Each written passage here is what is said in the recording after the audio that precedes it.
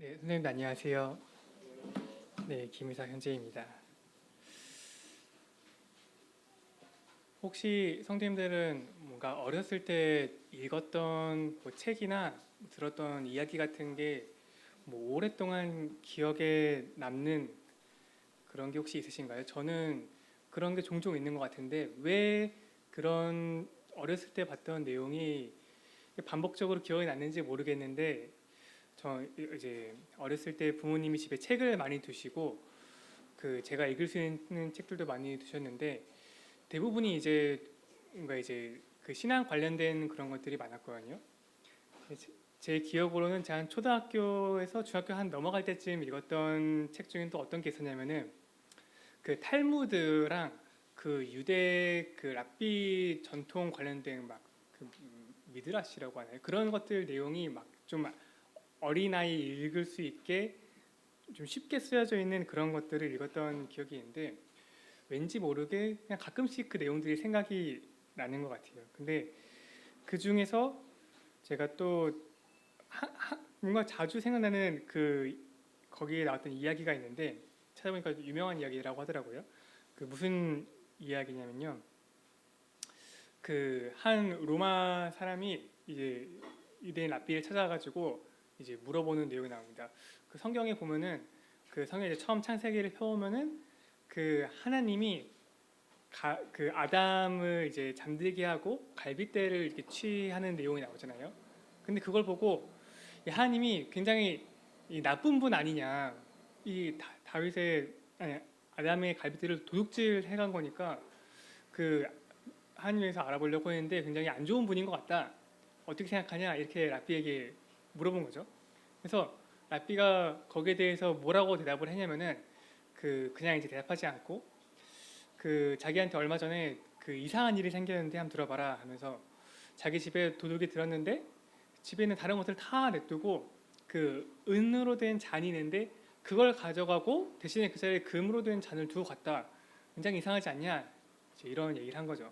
그러니까 그걸 듣고 이제 그 로마 사람이 굉장히 신기하다. 나한테도 그런 도둑이 들었으면 좋겠다. 그 집안에 있는 오히려 그 은잔을 가져갔지만 그보다 더 귀한 걸 두고 갔으니까 나한테도 그런 도둑이 들면 좋겠다. 이제 그 얘기를 하니까 랍비가 거기에 대해서 하나님이 하신 일이 아담에게 하신 일이 마치 그런 일과 같다라고 이야기를 합니다. 아담을 잠들게 하고 갈빗대를 취해 갔지만 그것을 통해서 그 여자인 하와를 주어서 아담에게 주지 않느냐 이제 이렇게 대답하는 그런 이야기가 있는데 이제 그걸 듣고 이제 그 로마 사람은 하나님 정말 지혜로운 분이다 하고 이제 끝나는 뭔가 그런 교훈적인 내용입니다. 근데 이게 어떻게 보면 굉장히 단순하고 뭐 누구나 이제 뭐 쉽게 생각해 볼 수 있는 결말이 있는 그런 내용인데 참 그리스도인들 혹은 하나님 모르는 사람, 하나님의 복음에 대해 잘 모르는 사람들이 살면서 하나님에 대해서 참 쉽게 오해할 수 있는 그런 부분이라는 생각도 들더라고요. 우리가 그 복음을 알고 하나님이 선하신 분이고 예수님이 사람 사랑하시는 분이라는 것을 알고 있음에도 불구하고 때때로는 이 성경에 나오는 하나님이 하신 일, 예수님이 하시는 일, 혹은 우리 삶에 일어나는 어떤 일들을 통해서 그 하나님의 선하심에 대해서 의심하는 때도 있고 그분의 이제 의도에 대해서 오해하게 될 때도 있는데 결국 성경은 성경에 있는 수많은 다른 사람들의 이야기를 통해서 또 이 시대를 살아가는 많은 그리스도의 삶을 통해서 또 내 삶을 통해서 지속적으로 얘기해 주는 것은 하나님이 선하신 분이시고 그분이 하시는 모든 일이 그 사람의 지혜를 아득히 뛰어넘는 지혜가 있고 거기에 능력이 있다는 것들을 알려주는 것 같습니다. 그리고 그건 이제 제 신앙에도 굉장히 기본이 되는 믿음인 것 같습니다. 오늘 이제 이런 얘기를 해보려고 하는데 저도 이제 가끔씩 그 조용하게 스스로 묵상하면서 나는 어떤 신앙을 가지고 있는가, 내가 어떻게 하나님을 예수 그리스도를 믿고 이 복음으로 영접하게 되었는가 생각을 하다 보면은 제 신앙의 가장 이제 밑바탕에 있는 가장 근본적인 믿음이 무엇인가 찾아보게 되는 순간들이 있는데 저에게는 하나님이 그 전능한 절대자시고 동시에 선한 분이라는 그런 믿음이 그 제 어떤 신앙의 가장 이 밑바탕에 있는 것 같아요. 저는 이제 어려서부터 그 하나님 아는 이제 가정에서 태어나서 이제 교회에 참석하고 성경도 읽고 주일학교 다니고 그렇게 지냈는데 제가 복음을 그 깨닫고 주님 영접하게 된 것은 다른 사람하고 조금 다를 수도 있을 것 같아요. 저는 이제 갑자기 주님과 상관없는 삶을 살다가 복음이라는 것을 새롭게 알고 이제 거기에 놀라고 하는 과정이 있었다기보다는 어려서부터 쭉 성경을 배워왔기 때문에 제가 먼저 깨달은 것은 하나님은 사랑이다 이런 걸 깨달았다기보다는 그것보다 더 먼저 하나님이라는 분이 진짜 있는 것 같은데 그분이 신이고 세상을 창조했고 이제 진짜 있는 분인지 아닌지는 왔다 갔다 할 때도 있지만 어쨌든 이 세상에 있는 모든 것을 보고 또 교회에서 전해진 말씀 보고 성경을 보고 하다 보면은 정말 모든 것 위에 뛰어난 전능한 어떤 절대자가 계시는 게 확실한 것 같다. 그런 생각을 자연스럽게 이제 믿게 된 것 같습니다. 근데 그 순간에 저에게 이제 든 생각은 두렵다는 생각이 먼저였어요. 왜냐하면은 이 세상의 모든 것을 할 수 있는 존재, 아주 큰 능력을 가진 존재가 있으면 그 앞에서 뭔가 경이로움과 동시에 이 경외감이 드는 게 자연스러운 것 같아요. 우리가 자연을 볼 때에도 아주 거대한 그 야생의 그 자연을 보면은 그 앞에서 그 경외감을 느끼고 두려움을 느끼기도 하잖아요. 근데 그런 마음, 그런 분이 하나님이시구나. 이분이 원하면은 나의 삶 정도는 뭐 정말 먼지를 쓸어버리듯 정말 가볍게 이렇게 저렇게 할 수 있고 나뿐만 아니라 내 주변의 사람들 혹은 이 세계의 역사 모든 것들을 다 주관할 수 있는 그런 분이구나 그런 생각을 했는데 그때 저에게 기쁜 소식이 되었던 건 뭐냐면은 근데 이 세상의 모든 것을 주관할 수 있는 그런 능력이 있는 신, 그 하나님이 잔혹하거나 포악하거나 그런 분이 아니라 선한 분이라는 그 소식이었거든요. 그게 우리 성경에 나오잖아요. 그분이 절대자고 능력자인데 이 사람을 괴롭히고 기만하고 뭐 약속을 했다가 사실 약속을 안 지키고 막 가지고 놀고 그런 분이 아니라 사람을 사랑하시고 자기 아들 예수 그리스도 희생하시기까지 사랑하시고 어떠한 약속도 신실하게 지키시고 사람이 자기에게 그 좋은 것이 뭐 이것이겠지 하고 착각하는 그것을 넘어서 가장 좋은 선한 것을 주고 인도해내는 그런 분이라는 깨달을 때 이것이 세상에 무엇보다도 기쁜 소식이구나 그렇게 믿으면서 이 복음을 깨달았던 것이 이제 기억이 납니다.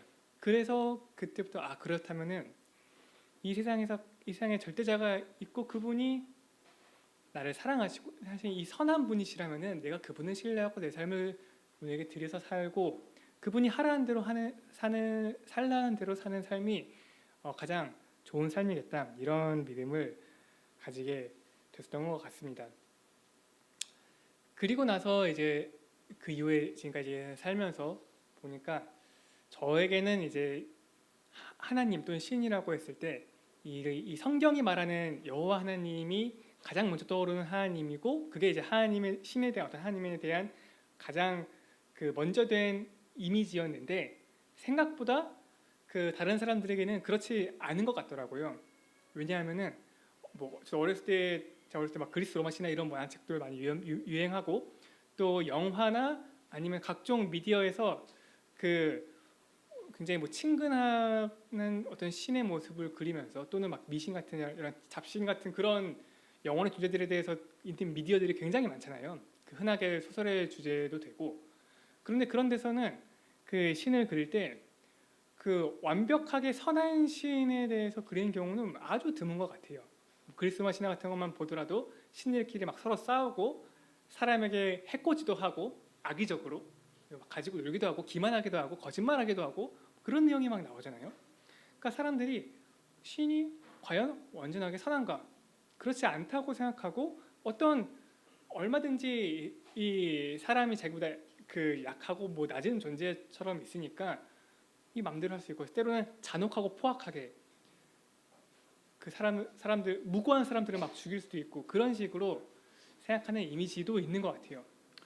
또 뿐만 아니라 저는 하나님이 완전하게 전능하시고 모든 능력 있는 뛰어난 분이라는 것을 꼭 생각하고 살아오는 이 성경에서의 하나님에 대한 그런 생각 관점을 당연하게 생각하고 믿고 살아가는데, 또 세상 사람들은 그렇지 않은 것이, 많은 미디어에서 신이 유한한 능력을 가진 것처럼 그려지는 경우도 많잖아요.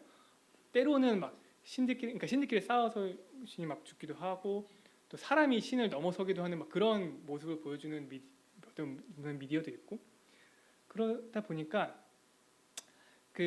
일단 신이라는 존재가 있냐 없냐부터도 문제지만, 그런 존재가 있더라도 과연 내 삶을 완전히 의뢰하고 맡길 만한, 그런 신뢰할 만한 존재인가에 대해서도 많은 설득이 필요하고, 성경이 말하는 것들에 대해서 가르쳐야 되는 과정이 이 하나님을 모르는 사람들에게 필요하다는 것을 느끼게 됐습니다. 그분이 정말 완벽하게 선하신 분이신가, 또 완전하게 능력이 있으셔서 자기가 한 약속을 지키시고 이루실 만한 분이신가에 대해서 완벽하게 설득하고 납득하고 이해할 수 있어야만 비로소 그렇다면은 나도 그분의 약속을 따라서 나의 삶을 그분께 의뢰하고, 그분이 하라는 그 삶에 따라서 그분을 신뢰하는 삶을 살겠다 고백할 수 있게 되는 것 같습니다. 그래서 저는 오늘 먼저 이제 아브라함의 삶에 대해서 성경이 이야기하는 내용들을 통해서 좀 이런 내용에 대해서 같이 나눠보고 싶습니다. 이 여호와 하나님, 그러니까 이 성경에 있는 하나님에 대해서 하나님 어떤 분이신지에 대한 그 개념, 지식이 흔하지 않던 시대가 어쩌면 이제 아브라함의 시대라고 생각할 수도 있을 것 같은데, 그 당시에는 우상도 있고 하나님이 아직 이스라엘 민족을 딱 짚어가지고 말씀하시기 전에서 딱 시작하신 때잖아요. 근데 그때 하나님이 과연 아브라함의 삶에서 어떻게 역사하셨는지, 그래서 아브라함의 삶이 어떻게 변해서 믿음의 조상이 되고 아버지가 되었는지를 한번 같이 살펴보면은 좋겠습니다. 아브라함 내용은 당연히 창세기에 나오는데, 창세기에 앞서서 히브리서 11장을 같이 먼저 좀 살펴보고, 그리고 이제 창세기 순서대로 따라가가지고 함께 보면은 좀 더 좋을 것 같습니다. 잘 아시는 히브리서 11장을 보시면은 거기에 이제 믿음의 선인들에서 막 나오는데, 그 중에 상당히 많은 부분이 이제 아브라함에 대해서 이야기를 하고 있지요. 그래서 제가 몇 구절 제가 선택해가지고 읽어드리겠습니다. 히브리서 11장 1절, 믿음은 바라는 것들의 실상이요 보이지 않는 것들의 증거니 선진들이 이로써 증거를 얻었느니라. 믿음으로 모든 세계가 하나님의 말씀으로 지어진 줄을 우리가 아나니 보이는 것은 나타나는 것으로 말미암아 된 것이 아니니라 하고, 그 다음에 아벨과 가인 이야기가 나오고, 에녹의 이야기가 나오고, 또 이제 노아의 이야기가 나옵니다. 그리고 그 다음에 8절부터 드디어 이제 아브라함 얘기가 나오는데 꽤 길게 나옵니다. 믿음으로 아브라함은 부르심을 받았을 때에 순종하여 장래의 유업으로 받을 땅에 나아갈새 갈 바를 알지 못하고 나아갔으며, 믿음으로 그가 이방의 땅에 있는 것 같이 약속의 땅에 거류하여 동일한 약속을 유업으로 함께 받은 이삭 및 야곱과 더불어 장막에 거하였으니 이는 그가 하나님이 계획하시고 지으실 터가 있는 성을 바랐습니다. 믿음으로 사라 자신도 나이가 많아 단산하였으나 잉태할 수 있는 힘을 얻었으니 이는 약속하신 이를 미쁘신 줄 알았습니다. 이러므로 죽은 자와 같은 한 사람으로 말미암아 하늘의 허다한 별과 또 해변의 무수한 모래와 같은 많은 후손이 생육하였느니라. 이 사람들은 다 믿음을 따라 죽었으며 약속을 받지 못하였으되 그것들을 멀리서 보고 환영하며 또 땅에서는 외국인과 나그네임을 증언하였으니 그들이 이같이 말하는 것은 자기들이 본향 찾는 자임을 나타냅니다. 그들이 나온 바 본향을 생각하였더라면 들어갈 기회가 있었으려니와 그들이 이제는 더 나은 본향을 사모하니 곧 하늘에 있는 것이라. 이러므로 하나님이 그들의 하나님이라 일컬음 받으심을 부끄러워하지 아니하시고 그들을 위하여 한 성을 예비하셨느니라. 아브라함은 시험을 받을 때에 믿음으로 이삭을 드렸으니 그는 약속들을 받은 자로 돼 그 외아들을 드려내리라. 그에게 이미 말씀하시기를 내 자손이라 칭할 자는 이삭으로 말미암으리라 하셨으니 그가 하나님이 능히 이삭을 죽은 자 가운데서 다시 살리실 줄로 생각한지라. 비유컨대 그를 죽은 자 가운데서 도로 받은 것이니라. 그리고 그 뒤에 이제 이삭, 야곱 등등등 계속 나옵니다. 이 아브라함의 삶이 이제 믿음장이라는 히브리서 11장에서 이제 비추면서 굉장히 이제 믿음의 굉장한 사람처럼 나오지만 사실 창세기에서 아브라함의 삶을 속속들이 들어보면 이 위대한 모습도 보이고 그렇지 않은 모습들도 적나라하게 나오는 것 같습니다. 그러면 이 아브라함에서 얘기하면서 가장 먼저 나오는 이야기, 즉 8절에 있는 믿음으로 아브라함이 부르심을 받았을 때 순종해서 나아간 그 이야기부터 한번 함께 살펴보면 좋겠습니다. 그래서 창세기 12장을 제가 또 몇 구절 읽어드리겠습니다. 창세기 12장 1절에 이제 하나님께서 아브라함에게 말씀하시는 내용이 나옵니다. 제가 1절부터 9절까지 내용이 있는데 제가 5절까지만 읽어드리겠습니다. 여호와께서 아브라함에게, 여기서 이제 아브라함은 잘 아시겠지만 하나님께서 아브라함의 이름을 아브라함으로 바꾸시는데 그 전에 이름이 아브라함이었습니다. 아브라함에게 이르시되 너는 너의 고향과 친척과 아버지의 집을 떠나 내가 너에게 보여줄 땅으로 가라. 내가 너로 큰 민족을 이루고 내게 복을 주어 내 이름을 창대하게 하리니 너는 복이 될지라. 너를 축복하는 자에게는 내가 복을 내리고 저주하는 자에게는 내가 저주하리니 땅의 모든 족속이 너로 말미암아 복을 얻을 것이라 하신지라. 이에 아브라함이 여호와의 말씀을 따라갔고 롯은 아브라함의 조카입니다. 롯도 그와 함께 갔으며 아브라함이 하란을 떠날 때에 75세였더라. 아브라함이 그의 아내 사레와 조카 롯과 하란에서 모은 모든 소유와 얻은 사람들을 이끌고 가나안 땅으로 가려고 떠나서 마침내 가나안 땅에 들어갔더라. 이 당시에 이 아브라함이 이제 여호와 하나님이라는 분의 그 음성을 듣고 그 명령에 순종해가지고 자기의 고향에 거류하던 곳에서 떠나는 내용이 여기 나오고 있는데 아브라함 어떤 사람이었느냐, 어떤 배경이 있었느냐에 대해서 좀 먼저 말씀드리겠습니다. 이 전에 창세기 11장에 좀 보시면은 이제 아브라함이 이제 데라라는 사람의 아들이고 갈대아 우르 지방에서 지내다가 여기 보면 이제 하란이라는 지방으로 옮겨간 사람인데 이것이 이제 성경에 정확하게 나온 것은 아니고 이제 보통 역사가들이나 많은 사람들 이제 혹은 유대인들의 그 전통으로 추정하기로는 이 아브라함의 아버지인 데라는 이제 그 당시 갈대아 우르 지방 하란 지방에서 섬기는 어떤 신의 그 우상 같은 것들을 만들어서 이제 파는 그런 일을 했었고 아브라함도 이제 그런 일을 아마 같이 돕지 않았을까 생각을 한다고 합니다.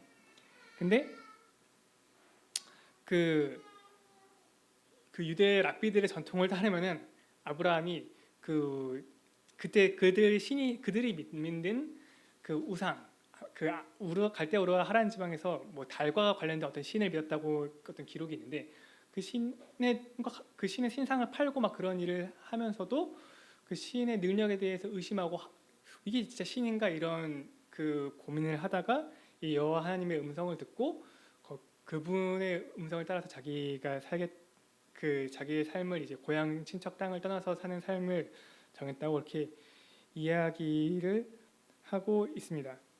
그래서 아마 아브라함이 여호와 하나님에 대해서 잘 알았을까, 잘 몰랐을 수도 있을 것 같다고 생각합니다. 그 당시에 하나님에 대한 뭐 지식이나 뭐 전해져 있는 이야기나 그런 것들이 만연하지 않았을 수도 있으니까요. 특히나 이런 우상을 섬기는 지역에서. 근데 아브라함은 뭔가 자신의 삶에서 어떤 한계를 느끼고 또는 자신이 섬기는 우상에서 한계를 느끼고 자기에게 음성으로 말씀하시는 그 여호와 하나님이라는 분의 말을 믿고 그분이 방금 읽었지만 많이 약속하시잖아요. 널 축복한 자에게 축복하고 저주한 자에게 저주하고 그 이후에 가면 이제 그 큰 민족을 세우는 그런 약속들을 하시거든요. 그 약속을 믿고 이제 자기의 모든 그 친척들, 가족들, 자기가 이뤄놓은 것들 다 떠나서 나그네처럼 이제 살기 시작한 거죠. 마치 우리 현대 시대로 따지자면은 그 자기가 뭐 지금 다니는 직장, 쌓아온 커리어, 뭐 살고 있는 지역 그런 것들을 다 포기하고 그냥 어디로 갈 바를 모르고 떠난 것과 마찬가지입니다. 우리 삶에서도 그 비슷한 문제 의식을 가질 수 있을 것 같아요. 그 하나님을 모르는 사람들도 다 나름의 뭔가 자기의 영적인 공허함을 채우고 살아가는 뭔가가 있다고 생각하거든요. 그 하나님을 모를지라도 돈을 많이 모아서 그 자기의 삶의 미래의 안전을 보장받기 원하는 사람들이 있고, 또는 높은 권위를 얻어서, 권세를 얻어서, 또는 뭐 사람들과의 좋은 관계를 많이 맺어서 어쨌든 그것을 자기의 어떤 영혼에 비어있는 것을, 공허한 것을 채우려고 하는 많은 신들이 있습니다. 근데 그 여기에 이제 젊은 분들도 있고 나이가 많은 분들도 있으시지만 결국 삶을 통해서 내 삶을 완벽하게 의뢰할 수 있는 무언가를 찾으신 것이 혹시 있으신가요? 이제 뭐 유튜브나 아니면 뭐 사람들이 이야기를 막 들어보면은 결국은 돈이 많아야 돼 이렇게 말하는 사람도 있고, 아니면 마지막에 가면 가족밖에 안 남아, 가족이 제일 중요해, 혹은 건강이 제일 중요해, 뭐 이렇게 다양하게 얘기하잖아요. 아마 그 사람들이 자기 삶 각자의 삶을 경험하면서 그것도 다 이제 지혜로운 얘기 중에 하나이겠지만 어쨌든 이것이 삶에서 제일 중요한 것 같다, 이것을 의뢰하면 그 삶이 좀 나은 모양을 만들어가는 것 같다라고 이야기하는 것들이 있는데, 과연 세상에 그렇다면은 완벽하게 그럼 내 삶을 여기에 의뢰하고 던지면은, 투자하면은 그 내 삶을 정말 책임져주는 그런 것이 있는지, 그런 것을 찾아본 적이 있으신가요? 저는 없다고 생각합니다.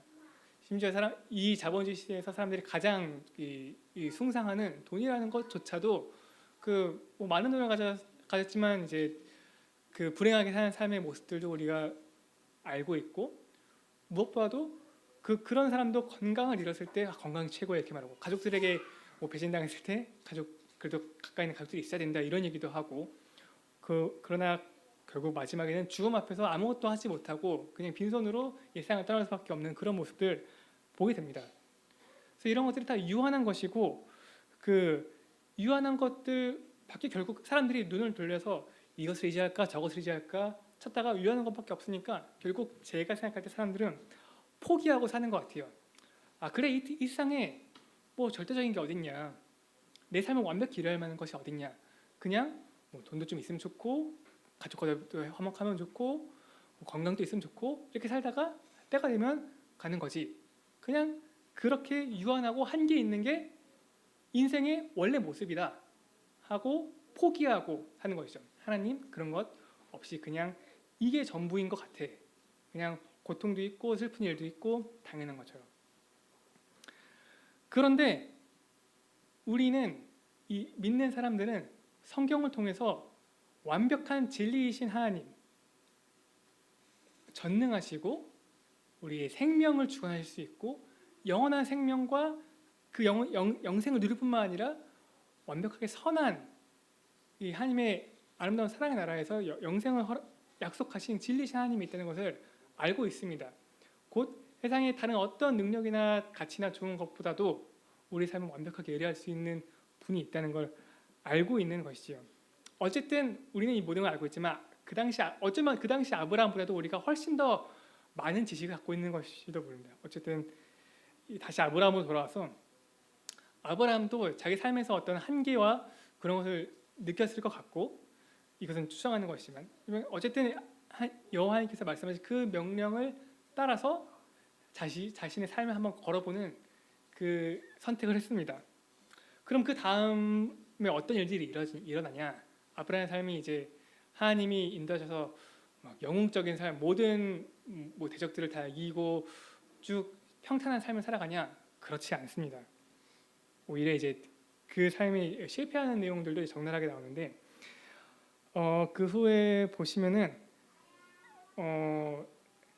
너무 길어지니까 제가 간단하게 말씀드리면은, 다 아시다시피 아브라함이 지낸 지역이 이제 기근이 들어가지고 애굽 땅, 이집트 땅으로 들어가게 되죠. 근데 이집트 땅에 들어갈 때 어떻게 하냐면은 그 당시 파라오가 그 굉장히 이제 힘센 그 왕이 이미 그 지역에 있으니까 아브라함이 그때 들어갈 때 그 자기의 아내 사라를 누이라고 해서 들어가는 내용 유명하니까 아마 잘 아시고 있을 겁니다.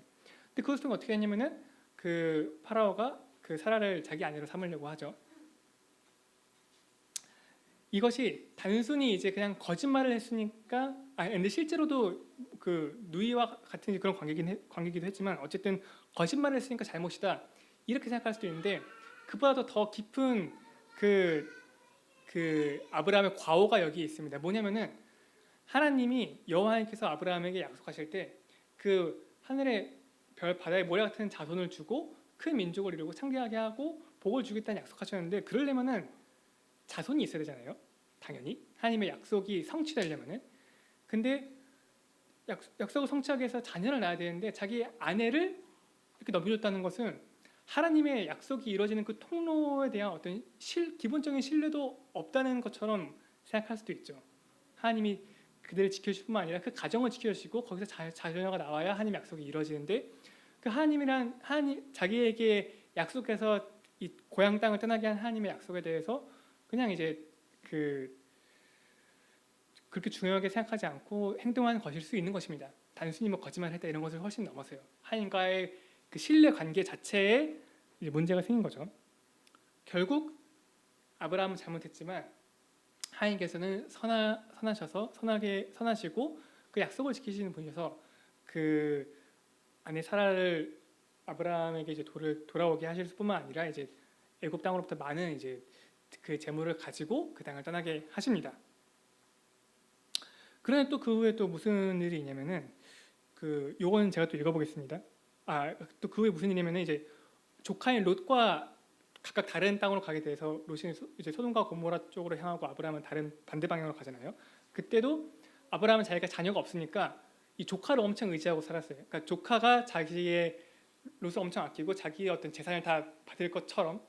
근데 롯과 반대로 가면서 완전 다른 땅으로 가게 되는 그런 사건을 겪고 그러면서 이제 아브라함은 나는 자녀가 없나 보다 이런 생각하면서 창세기 15장에서 보면은 무슨 말을 하냐면요. 창세기 15장 1에서 3절을 제가 읽어드리겠습니다. 창세기 15장을 보면은 이후에 여호와의 말씀이 환상 중에 아브라함에게 임하여 이르시되 아브라함아 두려워하지 말라 나는 너의 방패요 너의 지극히 큰 상급이니라. 아브라함이 이르되 주 여호와여 무엇을 내게 주시려 하나이까 나는 자식이 없사오니 나의 상속자는 이 다메섹 사람 엘리에셀이니이다. 아브라함이 또 이르되 주께서 내게 씨를 주시지 아니하셨으니 내 집에서 길린 자가 내 상속자가 될 것이니이다. 여호와의 말씀이 그에게 임하여 이르시되 그 사람이 내 상속자가 아니라 내 몸에서 날 자가 내 상속자가 되리라 하시고 그를 이끌고 밖으로 나가 이르시되 하늘을 우러러 무뼈를 셀 수 있나 보라. 또 그에게 이르시되 내 자손이 이와 같으리라. 아브라함이 여호와를 믿으니 여호와께서 이를 그의 의로 여기시고 또 그에게 이르시되 나는 이 땅을 내게 주어 소유를 삼게 하려고 너를 갈대아인 우르에서 이끌어낸 여호와니라. 여기 이제 어떤 내용이 나오냐면은 아브라함이 결국 자녀가 없고 그러니까 아무리 여호와님이란 분이 나에게 상급을 줘도 그걸 물려줄 사람이 없으니까 이게 뭐 무의미하다. 약간 허망한 공허한 그런 것을 얘기하는데 그러면서 여기 엘리에셀이 누구냐면은 자기 종이거든요. 내가 그냥 길르는 종이 내가 죽으면 모든 걸 가져가겠죠 이렇게 얘기하는데 그때 하나님이 아브라함에게 엘리에셀이 아니라 너로부터 나온 잉태하는 너의 자손이 모든 그 축복을 받고 유명한 말씀이 이제 하늘의 별과 같이 땅의 모래와 같이 많은 자손이 있겠다는 그 약속을 하십니다. 그리고 참 다행히도 아브라함은 여기서 그 하나님 말씀을 믿고 의지하고 신뢰했습니다. 그리고 하나님 그것을 아주 기쁘게 봐주셨다고 의로 여기셨다고 나오지요. 그러면 이후에 아브라함이 그럼 이 완벽한 믿음으로 살았을까요? 또 그렇지도 않습니다. 심지어는 그 자녀가 없으니까 자기가 이제 지혜를 내서 창세기 16장에 가면은 그 자기 아내 사라가 있는데 이제 여종인 하갈을 통해 가지고 이스마엘을 낳잖아요. 근데 그때도 하나님 말씀하시죠. 이스마엘이 아니라 그 아내 사라를 통해서 낳은 아들을 통해서 그 약속을 이루시겠다고요. 그리고 심지어는 그것 외에도 그 창세기 20장에 보면은 다시 그 아내를 그 애굽에서 파라오와 사건이 있었음에도 불구하고 창세기 20장에 보면은 그 그랄 왕 아비멜렉에게 아주 애굽에서 했던 거랑 비슷한 방식으로 아내를 넘겼다가 다시 받는 그런 과정이 보입니다. 그러니까 계속해서 그 자기가 하나님의 약속을 신뢰하지 못하고 살지만 하나님은 여전히 그 모든 자신의 잘못까지도 선하게 사용하셔가지고 그 능력으로서 약속을 지키시는 것을 보여주신 거죠. 그리고 심지어는 마지막에 가서 자기 살해 아나가 단산하여서, 그러니까 아이를 낳을 수 있는 그 능력이 없어져서 그 나이가 아주 많이 들었으면서 이제 희망이 없다고 생각했을 때에도 하나님은 결국 사라의 태를 열어가지고 아들 이삭을 주시는 것을 경험했습니다. 그것을 통해서 이제 아브라함은 이 하나님이 선하시고 능력 있으셔서 하신 약속을 지키실 수 있는 분이라는 것에 대해서 이제 완전하게 이제 믿어가게 된 것 같습니다. 그래서 아브라함이 그 온 인생을 그 기다려서 얻은 이제 아들 이삭을 얻었죠. 그리고 이제 이 아브라함의 어떤 이 창세기의 기록에서 가장 절정에 이르는 그 믿음의 그 실현과 믿음의 고백의 내용이 나오는데, 그게 바로 이제 아들 이삭을 바치라고 하는 내용이죠. 그 부분도 한번 잠깐 같이 보겠습니다. 창세기 22장 내용입니다. 그래서 결국 이 많은 여정을 통해서 아들 이삭을 자신의 상속자인 또 하나님의 약속의 그 자녀인 아들 이삭을 얻게 되는데, 22장 1절에 보면은 그 일 후 하나님이 아브라함을 시험하시려고 그를 부르시되 아브라함아 하시니 그가 이르되 내가 여기 있나이다. 여호와께서 이르시되 내 아들 내 사랑하는 독자 이삭을 데리고 모리아 땅으로 가서 내가 내게 일러준 산 그를 거기로 가서 그를 번제로 드리라. 이제 이건 제가 예전에도 이 본문을 또 얘기한 적이 있지만 아브라함에게 너무나도 이제 충격적인 말씀일 수도 있죠. 분명히 자기에게 복을 주신다고 수많은 약속에서 따라왔는데 이제서야 그 약속의 자녀인 이 아들 이삭을 줬는데 그 이삭을 불태워서 드리라고? 어쩌면은 그 완전 완벽하게 선하고 능력 있는 하나님이 아니라 하나님에 대해 조금이라도 의심이 있었다면은 정말 악하고 잔인하고 잔혹한 신이다, 뭐 이렇게 생각했을 수도 있을 만한 명령인 것 같아요. 근데 아브라함은 이미 그 긴 삶을 통해서 하나님 신뢰하고 넘어지기도 하면서 이분이 결국 정말 아주 완벽하게 선하시고 능력 있는 신이라는 것, 하나님이라신 절대자라는 것에 대해서 믿음을 가진 것 같고, 여기 보면은 그 아브라함이 그 다음 날 바로 3절에 보면은 아침에 일찍 일어나서 나귀 안장 지우고 두 종과 그 아들 이삭을 데리고 번제했을 나무를 쪼개어 가지고 떠나 하나님이 자기에게 일러주시는 것으로 가더니 그냥 바로 갔대요. 바로 가고 또 뒤에 보면은 그 아들 이삭을 데리고 번제 드리기 위해서 그 직전까지 가는 모습을 보게 됩니다. 그래서 그 10절에 보면은 손을 내밀어 칼을 잡고 그 아들을 잡으려 하니 여호와의 사자가 하늘에서부터 그를 불러 이르시되 아브라함아 아브라함아 하시는지라. 아브라함이 이르되 내가 여기 있나이다 하매 사자가 이르되 그 아이에게 내 손을 대지 말라. 그에게 아무 일도 하지 말라. 내가 내 아들 독자까지도 내게 아끼지 않았으니 내가 이제야 내가 하나님을 경외하는 줄을 아노라. 그러니까 아브라함의 하나님에 대한 경외, 완벽한 신뢰를 이제 여기서 보여주게 된 것이죠. 그럼 아브라함이 도대체 어떻게 아들 이삭을 바칠 수 있었는가? 아까 저희가 맨 처음에 읽은 히브리서에 보면은 뭐라고 하냐면은 그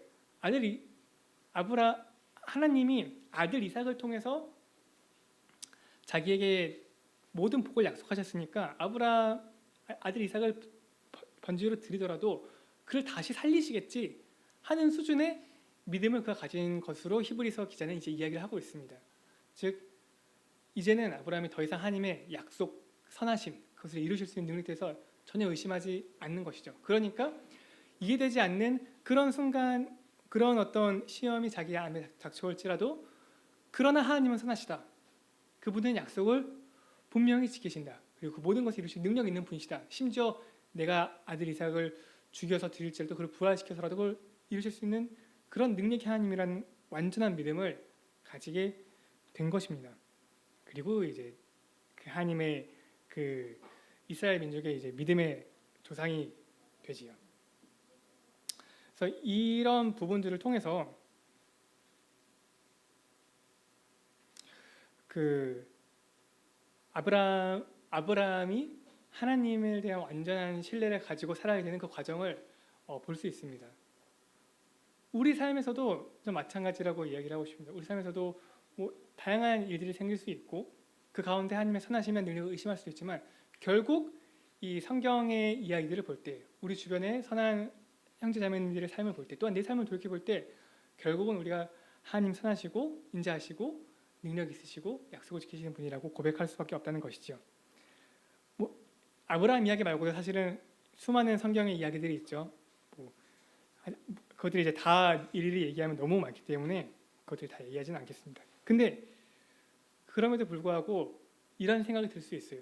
근데 이거는 아브라함 이야기고 과연 사실 몇 천 년 전에 저 중동 지역에서 일어난 이 아브라함의 얘기가 과연 이 현대에 살고 있는 내 삶과는 무슨 관계가 있는가? 뭐 하나님이 성경을 보면 하나님 너무 좋은 분이고 한데 그럼에도 불구하고 내 삶은 힘들다. 내 삶에 고민이 있고 하나님 믿기에 하나님만 보고 살아가기에는 여의치 못하다. 그럴 수 있을 것 같습니다. 근데 저는 이 아브라함의 얘기가 우리랑 상관없는 얘기가 아니라는 것도 강조를 하고 싶습니다. 이 아브라함 얘기가 이 아브라함이라는 한 사람의 삶에서 하나님이 무슨 약속을 하시고 어떻게 복을 주셨는가, 그래서 아브라함이 어떻게 믿음의 사람이 되었는가 라고 이 이야기를 볼 수도 있지만 좀 더 거시적으로 보자면은 이 이야기는 지금 이 몇천 년 후에 살아가는 우리의 구원의 문제와 관련된 이야기이기도 합니다. 무슨 말이냐면은 하나님께서는 아담에서부터 아브라함에까지 이 죄로 인해서 타락하고 멸망으로밖에 갈 수 없는 이 사람의 인생들을 구원을 줄 메시아를 보내시겠다는 약속을 하였습니다. 그리고 그 약속의 메시아 곧 사람으로 태어날 이 하나님이 아담의 후손으로서 태어나게 되고 아브라함의 후손으로서 또 태어나게 될 것을 성경에서는 많은 곳에서 암시를 하고 있습니다. 그런데 만약에 아브라함이 아들이 없으면은 그것이 아브라함에게만 불행이 아니라 이 온 인류를 향한 하나님의 구원의 계획, 약속에도 문제가 생기는 것이죠. 그리고 실제로 아브라함의 삶을 보면은 아브라함 본인뿐만 아니라 그 이야기를 읽는 독자도 어떻게 여기에서 자손이 생길 수 있냐 싶거든요. 하지만 결국 하나님은 그에게 자녀를 주시고 아들 이삭, 야곱 등등등 해서 큰 이스라엘 민족을 이루게 되었습니다. 근데 그뿐만 아닙니다. 사실 성경의 다른 이스라엘의 역사를 보면서 우리는 이거 뭐 이스라엘 사람 역사지. 이스라엘의 하나님이 역사하시고 그들이 포로가 됐다가 돌아오고 그들은 하나님과 어떤 좋은 추억, 역사를 가지게 됐겠다 하고 다른 사람 이야기들처럼 얘기할 수도 있지만 사실 그 모든 이야기 또한 우리의 구원과 관련된 이야기입니다. 아까 말씀드렸던 것처럼 이 아브라함 이스라엘 자손을 통해서 다윗의 자손을 통해서 한 구원자 메시아를 주시겠다고 약속을 하셨는데 성경에 보면은 그것이 이루어지지 않을 것만 같은 수많은 일들이 나옵니다. 몇 번씩 이스라엘 민족이 식민지배를 당할 뿐만 아니라 그 모든 이스라엘의 혈통을 끊으려고 하는 시도들이 성경에 나오거든요. 대표적으로 가장 먼저는 우리 출애굽기를 보면은 모세의 이야기 나오죠. 모세 얘기 나오면서 무슨 얘기 나오냐면은 당시 파라오가 이스라엘 사람 히브리 민족의 모든 갓난 사내 아이를 다 죽이라고 하잖아요. 무슨 말이냐면은 이것을 당시 이스라엘 사람들한테는 그냥 자손이 자기들의 혈통이 끊기는 거지만 하나님의 약속이란 이 거대한 메시아에 대한 약속으로 보자면은 분명히 이 혈통을 통해서 메시아가 와야 되는데 그게 없어지는 아주 충격적인 이야기이기도 해요. 근데 하나님께서는 자신의 약속을 지키시고 모세, 아론 민족을 애굽 땅에서부터 정말 놀라운 능력으로 수많은 재앙을 애굽 땅에 내리시고 홍해를 가르시고 광야에서 인도하시면서 그 민족을 이끌어내셔서 이 메시아의 계보가 이어지게 하시는 것을 알 수 있습니다. 그것으로 끝이냐? 그것으로 끝이 아닙니다. 그 이후에도 그 이스라엘 민족이 생기고 다윗이 왕이 되고 다윗의 자손을 통해서 그 메시아가 온다는 약속이 있는데 열왕기 하에 보면은 이 아달랴가 다윗의 후손을 모두 죽이려고 하는 그런 시도도 나오죠. 이 다윗의 자손을 통해서 메시아가 온다는 그 언약을 파괴하려고 하는 그런 시도도 있습니다. 그러나 그것이 이루어지지 못했죠. 또 이게 그 요아스 한 명이 숨겨져서 계보가 유지됐죠. 그 이후에도 이 이스라엘 사람들이 수많은 포로 생활을 하면서 또 한 번 이 에스더서에서 나오는 내용, 하만이 모든 유대 민족을 절멸시키려 하는 시도도 나왔잖아요. 그 순간에도 그 하나님께서는 이 메시아의 혈통이들 그 민족 전체를 보호하십니다. 이런 이스라엘의 역사를 보면 이들이 믿음을 가졌다가 믿음이 또 사라졌다가 하나님이 보호하셨다가 큰 민족이 이뤘다가 정말 포로로 잡혀가서 없어질 것 같다가 하지만 결국 하나님이 그 민족을 이끌어내서 그 예수 그리스도를 준비하시는 걸 보게 됩니다. 그리고 마지막에 와서는 예수 그리스도가 태어나시게 되죠. 처녀인 마리아를 통해서. 사실 이것도 정말 말도 안 되죠. 왜냐하면은 사람의 상식으로는 어떻게 그 처녀가 잉태해서 사람을 아들을 낳습니까? 근데 그것 또한 이 생명이고 전능하신 주님의 하나님의 능력을 통해서 이루어집니다. 그리고 여기에서도 이것을 향한 그 방해가 있죠. 바로 그 동방 박사들이 그 와서 그 유대 왕이 태어난다는 걸 얘기했을 때 그 당시 그 지역의 모든 갓난아이 사내 아이를 다 죽이라는 명령을 또 하잖아요. 상식적으로 보면 이런 그 당시에 권력자가 이런 명령했을 때 모든 혈통이 끊어져야 되는데 그때도 하나님은 이제 천사를 이제 요셉과 마리아를 이제 천사가 꿈에 나타나게 해서 이렇게 마리아를 건져내셔서 예수 그리스도가 살고 이제 성장해서 그에게 맡겨주신 사역을 하시도록 인도하시는 것을 볼 수 있습니다. 그래서 그 복음이 예수 그리스도께서 메시아로서 십자가에서 모든 사역을 하시고 복음이 나오고 또 그 복음이 우리에게까지 이어진 그 놀라운 이 교회사의 이야기들도 뭐 제가 얘기하려면 끝이 없겠지만 이제 성경 이외에 또 역사적 내용을 또 참고하시면 되니까 거기까지는 얘기하지 않겠고 어쨌든 놀라운 것은 그래서 그 복음이 우리 여기 앉아있는 성도님들에게까지 전해져서 동대문 교회에서의 동대문 모임을 이루고 또 수많은 모임들을 이루고 우리가 예수 그리스도를 구주라 부르게 된 것입니다. 이것이 놀랍지 않습니까? 단순히 한 사람 혹은 한 민족의 역사뿐만 아니라 그 하나님께서 이 세상을 창조하시고 몇천 년에 걸쳐서 그 도무지 이루어질 것 같지 않은 하나님의 그 구원자에 대한 약속, 사람 사랑하심을 보이신 것, 그 선하신 뜻을 이루신 것이 결국에는 이것이 이루어질 수밖에 없고 이루어져서 우리에게까지 전해진 것이 이 복음이라는 것입니다. 그럼 그 이야기 중에 가장 또 중요한 이야기 중에 하나가 되는 이 아브라함의 얘기는 결코 우리와 상관없는 이야기가 아니죠. 그러면 이 현실에 사는 우리의 삶은 어떠한가? 이 갈라디아서 3장 29절 보면 이런 얘기합니다. 너희가 그리스도께 속한 자면 곧 아브라함의 자손이요 약속대로 유업을 이을 자니라. 우리 삶이 바로 이 하나님의 놀라운 계획과 능력 가운데 나도 그 삶의 일부가 될 수 있다는 겁니다. 그리스도께 속한 자면 우리가 믿음으로 그 주님을 구주로 영접하면은 아까 제가 말씀드린 이 모든 이 장엄한 역사를 통해서 하나님의 능력으로 이루신 일들이 나 또한 그 약속의 유업을 이을 자가 하나가 되고 그것이 또한 나를 통해서 하나님 계속해서 그분의 인류 구원의 역사에 이루어가실 그 한 가운데 내 삶에 들어가게 되는 겁니다. 그러면은 이제 말씀을 마무리할 텐데요. 여러분 어떤 삶을 사시겠습니까? 내가 내 삶의 주인이 되는 삶을 사시겠습니까? 곧 내가 눈을 들어서 보면은 보이는 이 한국 혹은 이 서울 이 땅에 있는 내가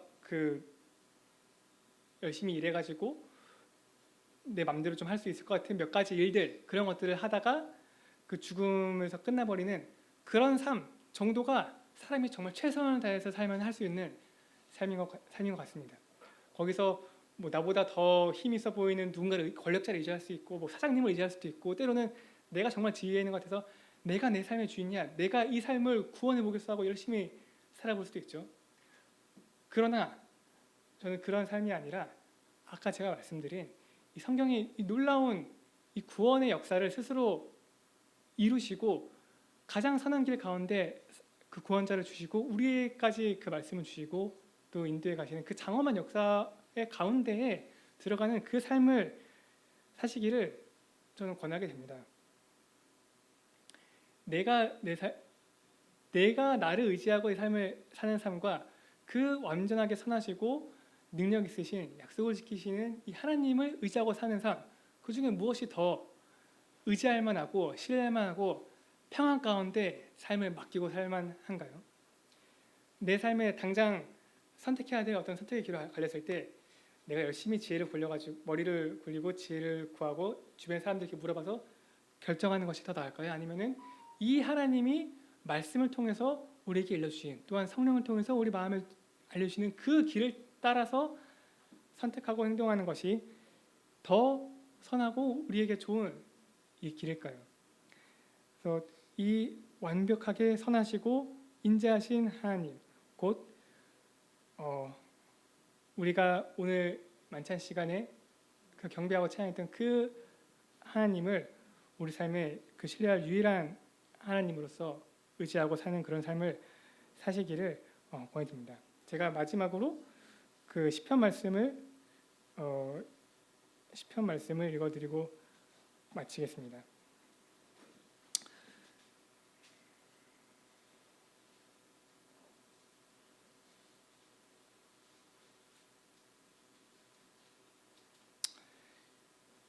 시편의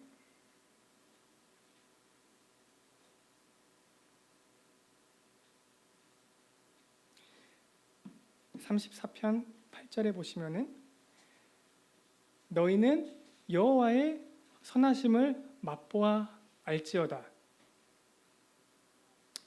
제가 지금까지 얘기한 그 여호와의 선하심을 맛보아 아는 그 삶이 그 다른 사람의 삶을 성경을 통해서 혹은 나와 함께 이 시대를 살아가는 다른 형제자매의 삶을 통해서만 보는 것이 아니라 내 삶을 통해서 그 여호와의 선하심을 맛보아 아는 그런 삶을 사시길 소원하면서, 그래서 우리가 한 모임에 모였을 때 시편 136편에 있는 것처럼 여호와께 감사하라, 그는 선하시며 인자하심이 영원함이로다 라고 고백할 수 있는 저희가 되면 좋겠습니다.